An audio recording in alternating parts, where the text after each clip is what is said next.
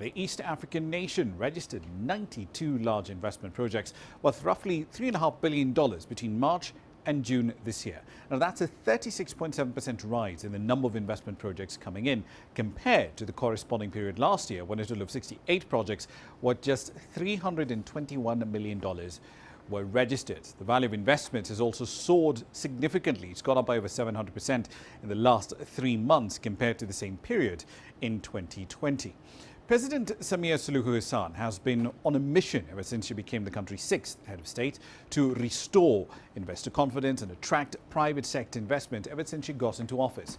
So far, she's made 2 international trips to her neighboring allies in Kenya and Uganda. A visit to Kenya was the first time a Tanzanian leader was in the country since 2016.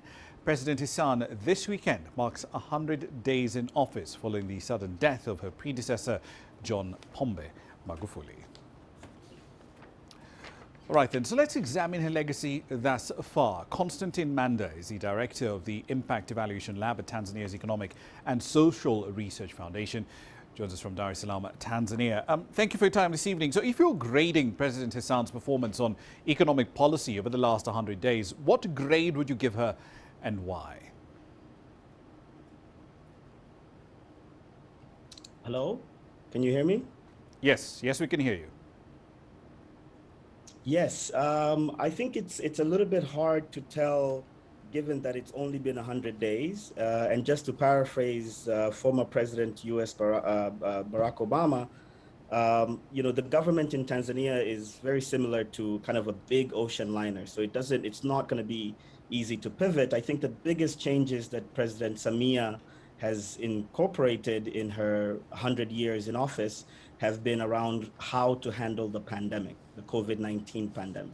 So for instance, recently, Tanzania has officially entered the COVAX facility, which will enable us to finally be able to procure and receive COVID-19 vaccines. So I think in that respect, and when you look at some of these African business leaders, including Mohamed Dewji, Mo Dewji, who's a Tanzanian businessman, Aliko Dangote, the Nigerian businessman, both making comments that they're optimistic about the private investment climate with respect to the Tanzanian government's stance on private investment. And so when you put those 2 things together, the only way that I think we would expect major economic growth in the remaining quarters of this year, and indeed in the remaining term that she has until 2025, would be to spur private investment and to encourage tourism. And you cannot do that without facing COVID-19 and without really encouraging the population to get vaccinated. So I think that's the area where she has made the most changes in terms of her administration. But there still is a significant data gap, isn't there? Because we still haven't seen large-scale, daily updated information on COVID testings. What's the caseload? What variants are prevalent in Tanzania? That's still critical information in trying to figure out how to solve the COVID-19 problem in Tanzania, isn't it? So the government has argued that the lack of publishing of data does not necessarily imply that no data has been tracked. So if we imagine, given that you don't want the virus to keep circulating among the population with increasing variation as it keeps going through the population, you are correct that we have to definitely mitigate the spread of the virus. And it will depend on how soon the Tanzanian government begins to publish that data again. Now, one of the requirements, I believe, with getting some of the financial assistance from the IMF, for instance, require that we go back to publishing that data.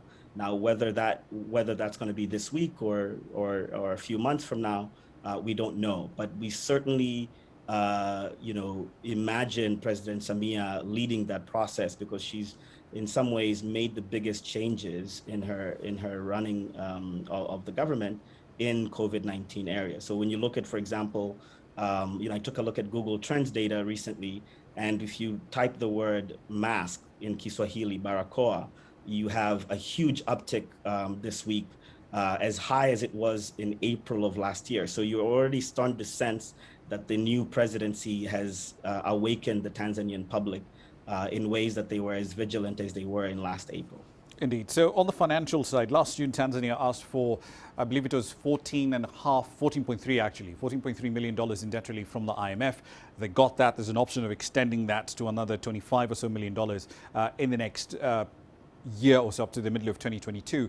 The country also secured debt relief from the Paris Club. But is there further need for debt restructuring in Tanzania, given the economic damage that COVID-19 has inflicted pretty much, around the region? I think there is a lot of scope because, for one, a lot of the public works projects that she inherited will continue. There are going to be new public works as well. That's kind of bring in a lot of jobs.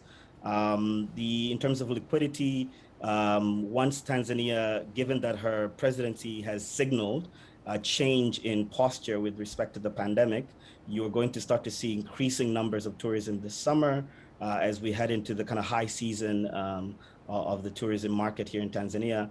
And if you have a president who is signaling that, we are welcoming private investors, including both domestic and foreign private investors, there would be a very difficult worst case scenario in order for that to really curb the growth in investment. And there's certainly scope to restructure Tanzania's debt, provided there is going to be continued liquidity in the market. And the government has already made steps with respect to the last 12 months, but certainly most recently under President Samia, with how it targets liquidity with respect to the pandemic. Indeed. Let's see how this plays out. Looking forward to seeing some regular reporting on COVID cases from Tanzania. That's Constantine Manda. He's the director of the Impact Evaluation Lab from the Economic and Social Research Foundation in Tanzania.